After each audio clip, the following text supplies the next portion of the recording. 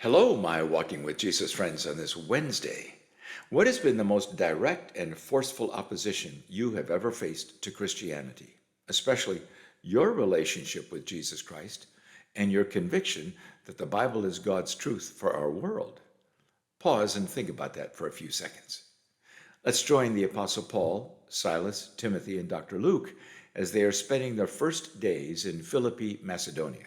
For Dr. Luke, this is fairly familiar territory since he was a Greek physician, perhaps from Macedonia. But for the other three, we can presume this Roman city is quite different from what was familiar to them, especially Jerusalem. When's the last time you traveled into a culture very different from what was familiar to you? How did you feel there? The record of this experience is in Acts 16, and let's join them as Dr. Luke describes what he saw that day. Once, when we were going to the place of prayer, we were met by a female slave who had a spirit by which she predicted the future. Acts 16, verse 16. I see two significant things here, do you? First, evidently, this gathering for prayer outside the city had developed into a regular pattern, and a specific place had become known to many other people. I presume Paul was also teaching the people about Jesus and his gospel of salvation. We might say a little church was starting outside town. Second, slavery has been an important part of many societies for thousands of years. Benevolent slavery has been helpful to millions of people over the centuries who were destitute, but then cared for by their slave masters, providing food, lodging, clothing, and often an education or skills training as part of their servitude. But in many ways, slavery has also been despicable. In this case, this young female slave value was not in her back-breaking work, nor in sex slavery, but it was her occult involvement. She was regularly under the strong influence of a demonic spirit similar to how occult practices function in our day with tarot cards or seances or Ouija boards. I find it interesting that what this slave girl announced as she followed Paul and his team was true, but I presume the manner in which she shouted it was mocking and offensive. Luke reports she shouted, "These men are servants of the Most High God, who are telling you the way to be saved." Acts 16, verse 17. After several days, Paul had reached his limit and turned to face the girl, saying to the spirit influencing her, "In the name of Jesus Christ, I command you to come out of her."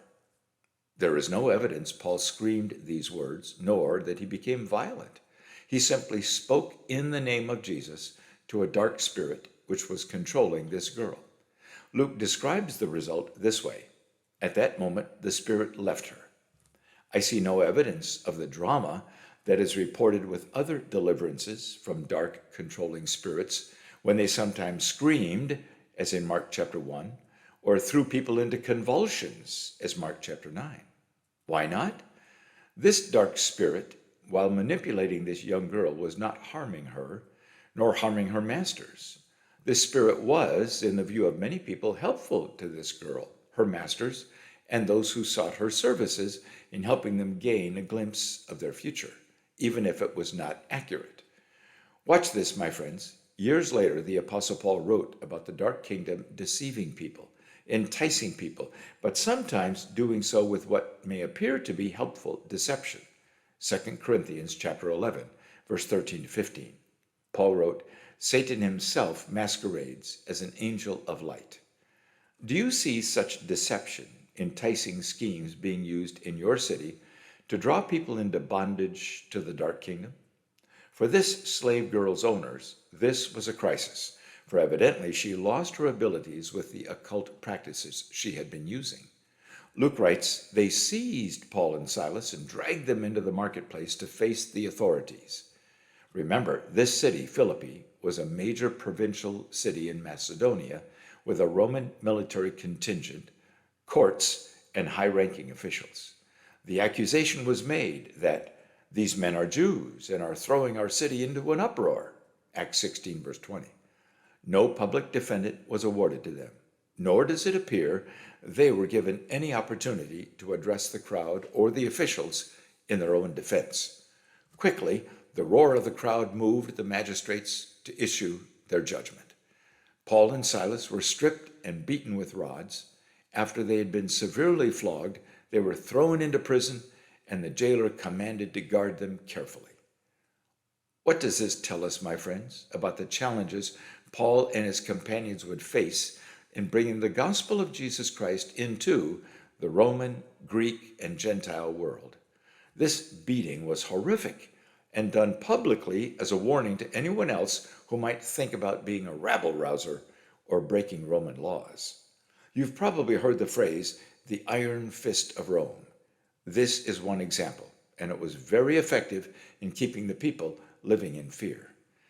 The jailer was also fearful when he received orders to guard them carefully, and Dr. Luke tells us he put them in the inner cell and fastened their feet in stocks.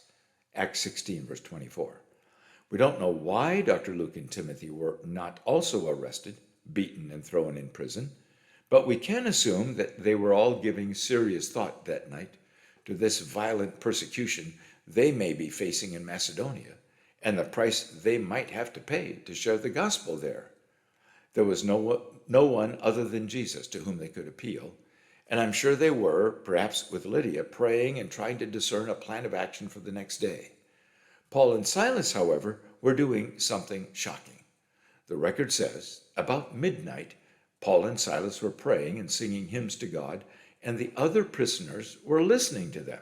Acts 16, verse 25. Now, I can't fully explain that, can you? Where does that courage and joy come from when your back is bleeding, your feet are in stocks, and you're in a dark, probably rat-infested dungeon? It calls us to ask ourselves how we handle disappointment, frustration, conflict, injustice, unfairness, and even persecution in our lives, no matter where you live in the world and no matter who is persecuting you. Let's pause right here. Tomorrow we'll see how God responded to Paul and Silas actually worshiping in their pain. It's amazing.